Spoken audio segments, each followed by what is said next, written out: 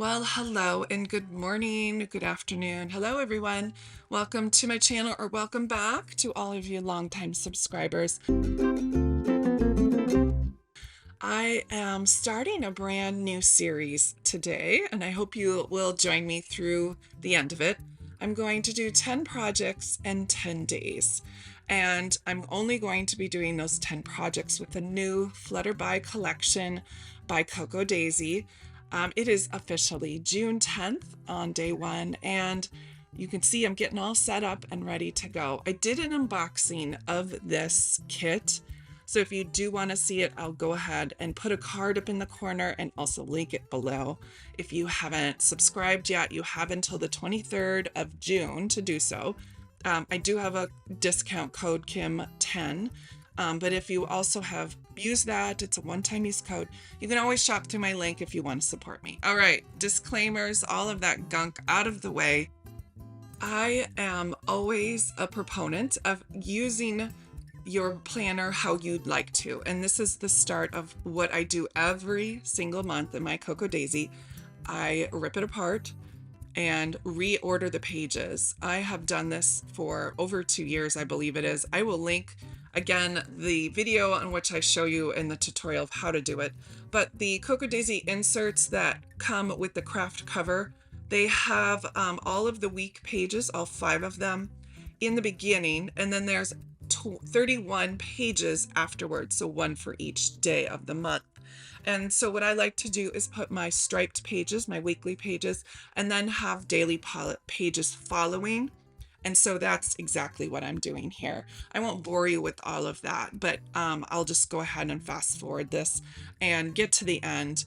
I am doing this first thing in the morning, so I do have to think a little bit more than normal, but I have pretty much memorized how to do this every time. And now I'm doing it so I'm previewing pages. Even though it's a collection, it all goes together. I do preview pages that go next to each other to make sure they flow a little bit better. Before I was just putting the pages in there and just kind of ignoring it. So you'll see I have a long arm stapler, and I have stapled them together. Then I realized I forgot the calendar page and the quote page that goes along the outside. So I undid those staples, restapled it, and now I am home free and ready to go. This kind of sets me up in the mood, kind of gets me going and makes me figure out what I'm going to do. Always the first thing I always do is figure out what I'm going to use as my main cover. Now, this is the outside covering that goes that holds all of the traveler's notebooks that I will have. I'll have this one, and I'll also have one from Planner Perfect. That will be more of my scripting, my journaling, my memory keeping, thoughts, feelings, that sort of thing. Now, this isn't my entire collection of traveler's notebooks, but I am previewing ones I think would work best with the kit.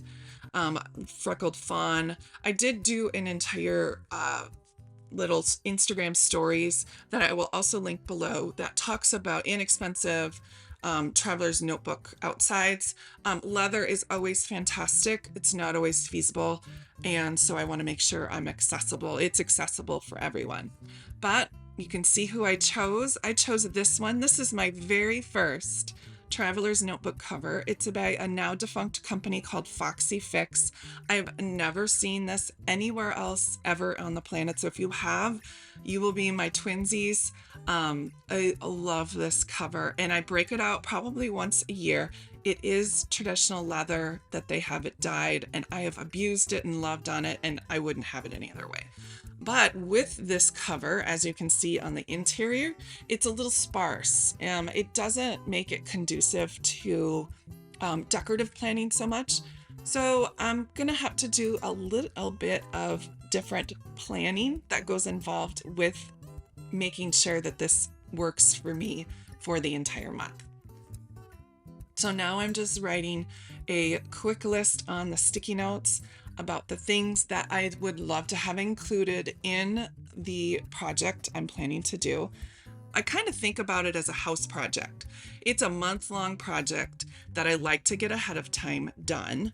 And I wouldn't do that necessarily if I didn't have like a plan, right? You're not going to go to like Home Depot or Lowe's and grab those supplies, without putting a plan together. I mean, you could just, wing it too, which I sometimes do. For the majority, I actually do put a plan in place together. Here I am getting out the additional Planner Perfect Traveler's Notebook that I will be using. I had this in mind for the first time that I saw the August kit from KRODesigns. I knew that this one would be the absolute winner for me. Now it's just full of dot grid pages. It does not have the agenda in there, but I think it's going to work perfectly. I always like to use what I have, not necessarily reinvent the wheel, and I don't want to spend money on something I'm not going to use. So instead of buying Planner Perfect for August, I'll be using this notes one that was purchased in, I believe, June. Now I'm also planning out what bows I'm going to use. Is this a little bit much? Does anyone else do this? I really love my Tailored Plans bows. They're so romantic and dreamy, the ones that I've chosen.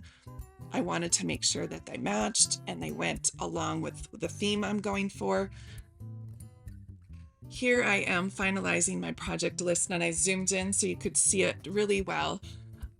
Again, cover for my notebook, and then I'm a little bit more specific. I need a pocket for the calendar, the acetate calendar, or I need a pocket that I can put in the quote because it's a lot longer and skinnier. There's a quote acetate that you'll see coming up in day 2 that I make a pocket for. So I also need to think out this pen loop.